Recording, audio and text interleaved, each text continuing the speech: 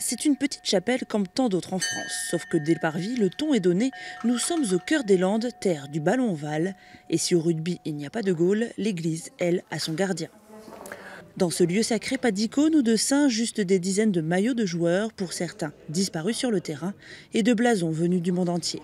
Tout débuta en 1964 lorsque 3 joueurs réputés de Dax se sont tués dans un accident de voiture. Après cet accident-là, l'abbé Devers s'est dit qu'il faut vraiment faire quelque chose pour le rugby, leur donner une chapelle, un lieu de prière, un lieu de recueil, un lieu de telle manière qu'on puisse vraiment peut-être les protéger quelque part comme ça.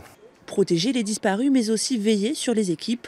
Depuis son ouverture en 1967, tous les lundis de Pentecôte, une messe est célébrée en présence d'anciens joueurs. Un moment que ne manque jamais Jean-Marie, dont le fils est décédé lors d'un entraînement sur le terrain.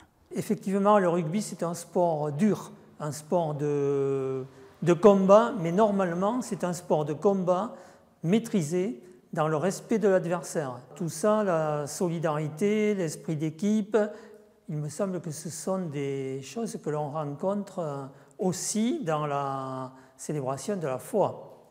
Au fil des années, la réputation de la chapelle a dépassé les frontières et les dons de maillots ou de ballons affluent du monde entier. Kevin, touriste australien, venu avec sa femme, n'en croit pas ses yeux. Et quand il découvre l'emblème des Wallabies sur un vitrail, baptisé la Vierge à la mêlée, c'est l'étonnement. Oh yes, yes, regardez. Oh, très bon, yes. That is terrific, excellent, très bon. L'abbé Devers est mort en 2012. Depuis, sa soutane côtoie les maillots et son corps repose ici.